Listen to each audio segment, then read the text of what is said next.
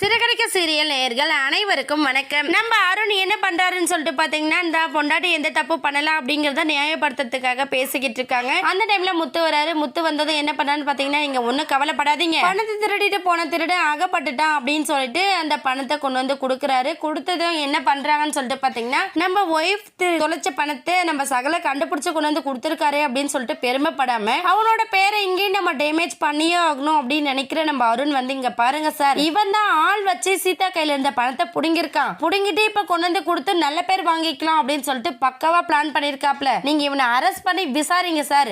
இவனை விசாரிச்சீங்கன்னா தான் தப்புக்கு உடந்தையா இருந்தது இவன் தெரிய வரும். அதுக்கப்புறம் நீங்க யார் நல்லவங்க கெட்டவங்கன்னு புரிஞ்சுப்பீங்க அப்படிங்கிற மாதிரி மொத்த பழையும் தூக்கி நம்ம முத்து மேல போடுறாங்க. முத்து வந்து ஒரு நிமிஷம் ஷாக் ஆயிடுறாங்க. என்னடா இது, நல்லவனுக்கு வந்த சோதனை இப்படியா இருக்கும் அப்படிங்கிற அளவுக்கு நம்ம முத்து ஒரு பக்கம் யோசிக்கிறாங்க. அருண் சொல்றத கண்மூடித்தனமா நம்ம சீதாவுமே நம்ப செய்யறாங்க. ஏன்னு பாத்தீங்கன்னா, நம்ம புருஷன்கிட்ட மன்னிப்பு கேட்க சொன்னோம், கேட்க மாட்டேன்னு அடமண்டா இருக்காங்க. ஒருவேளை அதை நம்ம மனசை மாத்துறதுக்காக மாமாவே ஆளை செட் பண்ணி பணத்தை புடுங்கிருக்கலாமோ அப்படிங்கிற மாதிரி நம்ம சீதாவோட மனசு வந்து யோசிக்க ஆரம்பிச்சிருச்சு.